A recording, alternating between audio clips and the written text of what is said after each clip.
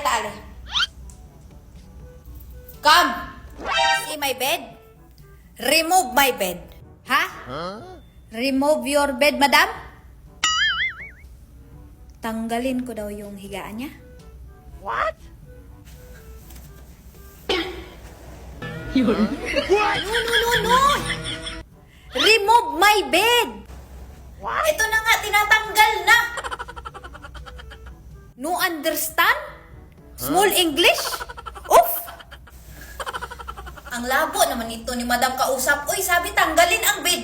E di tinanggal. Remove the bed and bring the pillow into the sun. Ha? Napaktay na. Ihatid ko naman tuloy ang pillow sa araw. Hey, hey, hey, hey, hey! No listening? You wait, okay? Because maybe sunlight go home. If the sunlight go home, take the pillow so that it will not overcook. Okay? Okay, madam, okay. Ano nga daw? Bring the pillow in the sun?